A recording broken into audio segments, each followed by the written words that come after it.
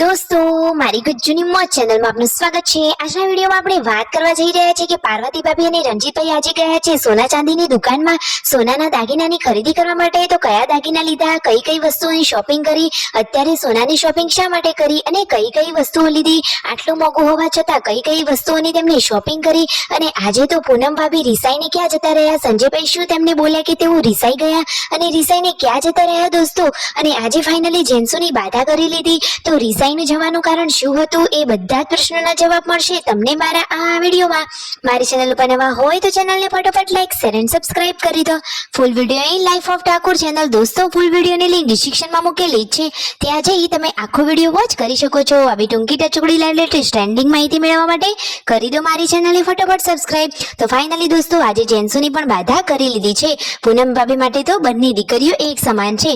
Finally જેન્સોની પણ વીયુની જેમ જ બાધા રાખી હતી, તો બાધા કરી ફાઇનલી ઘરે આવી ગયા અને ચવાણું અને લાડુની પ્રસાદી હતી, તો બધા જ લોકોએ પ્રસાદી લઈ લીધી। અને દોસ્તો આજે તો પૂનમ ભાભી રિસાઈ ગયા છે। સંજયભાઈ અને પૂનમ ભાભી વચ્ચે ઝઘડો થયો, કઈ બાબતની બોલાચાલી થઈ અને તેઓ તો રિસાઈને ક્યાં જતા રહ્યા તમને ખબર છે? એ તો ખેતરમાં જતા રહ્યા છે। જુઓ અહીંયા આ બેઠા છે, સંજયભાઈ કહે છે કે જુઓ તો ખરા કે પૂનમ ભાભીને કેવી રીસ ચડી છે કે તેઓ તો રિસાઈને અહીંયા ખેતરમાં આવીને બેસી ગયા છે। અરે આવું પણ રિસાવાનું હોય, અને પરંતુ જુઓ તો ખરા કે સંજયભાઈનો પ્રેમ એવો તો તેમને મનાવવા માટે ફાઇનલી ખેતરમાં પણ થાર ગાડી લઈ આવી ગયા છે। અને જેન્સુ, વિયુ અને ગુડ્ડુ પણ તેમની સાથે આવ્યા છે। વિયુ કહે છે કે મમ્મી તું મને કહ્યા વગર ક્યાં જતી રહી હતી? પૂનમ ભાભીનો ચહેરો તો જુઓ રિસાયેલો છે, તેમનો મૂડ સરખો નથી। અરે દોસ્તો એવું તો સંજયભાઈએ તેમને શું કહ્યું હતું તમારે જાણવું છે આ વિડીયોમાં હું તમને જણાવી દઈશ કે કઈ બાબતનો ઝઘડો હતો, કઈ બાબતની બોલાચાલી થઈ હતી। ઘરે જુઓ પાર્વતી ભાભી રોટલા બનાવી રહ્યા છે અને સંજયભાઈ જુઓ ચોખાનો આ ગટ્ટુ લઈ આવી ગયા છે કે જેનું કારણ આ ઝઘડાનું મૂળ હતું। જુઓ તો ખરા પૂનમ ભાભી અને સંજયભાઈ વચ્ચે આ ચોખાના લીધે જ ઝઘડો થયો હતો, કારણ કે તેમને કોક મોંઘા ભાવના ચોખા લઈ લીધા હતા અને આવે છે સસ્તા, એટલા માટે સંજયભાઈ ખાલી તેમને બોલ્યા હતા, એમાં તો પૂનમ ભાભીની રીસ ચડી જઈ હતી। અરે એવું બધું તો રહેવાનું, બાકી આ ફેમિલીમાં તો બધા હળી મળીને સરસ મજાનું મોજ મસ્તીથી રહે છે। ફાઇનલી હવે જમવાનું રેડી છે, સરસ મજાનું ચોળી ભટ્ટાનું મિક્સ શાક છે અને બાજરીના રોટલા। આખો પરિવાર સાથે જમવા માટે બેસી ગયો છે। અને આ કોણ છે? આ નાનું ક્યુટ બચ્ચું બાળક કોણ છે? આ તો મિતાંશના કાકા છે। કાકા ભત્રીજાની આ જોડી કેવી છે? અરે કાકા કરતા તો જુઓ ભત્રીજો કેવો લાગી રહ્યો છે, એટલે કે મિતાંશ જુઓ અને આ જુઓ, આ બંને બાળકોમાં કેટલો ડિફરન્ટ છે। અને દાદીમાએ તેને તેડ્યો છે તો મિતાંશ કહે છે કે ના મને તેડો, એટલા માટે એ તો રડવા લાગ્યો। જમ્યા પછી પણ જુઓ બધા લોકો તરબૂચની પાર્ટી કરવા માટે બેસી ગયા છે। અને આજે પાર્વતી ભાભી તૈયાર થઈ ક્યાં જઈ રહ્યા છે? આજે તો તેઓ શોપિંગ કરવા માટે જઈ રહ્યા છે। રણજીતભાઈ આજે પાર્વતી ભાભીને લઈ અને શોપિંગ કરવા માટે નીકળી પડ્યા છે, થાર ગાડી લઈ જઈ રહ્યા છે સોનાની દુકાનમાં।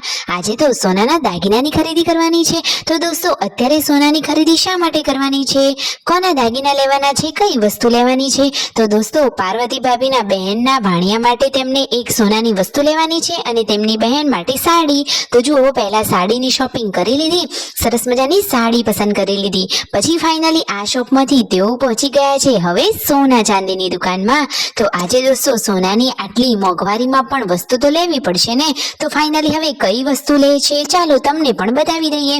બજારમાં ફરી રહ્યા છે અને પછી પહોંચી ગયા છે સોનાની દુકાનમાં।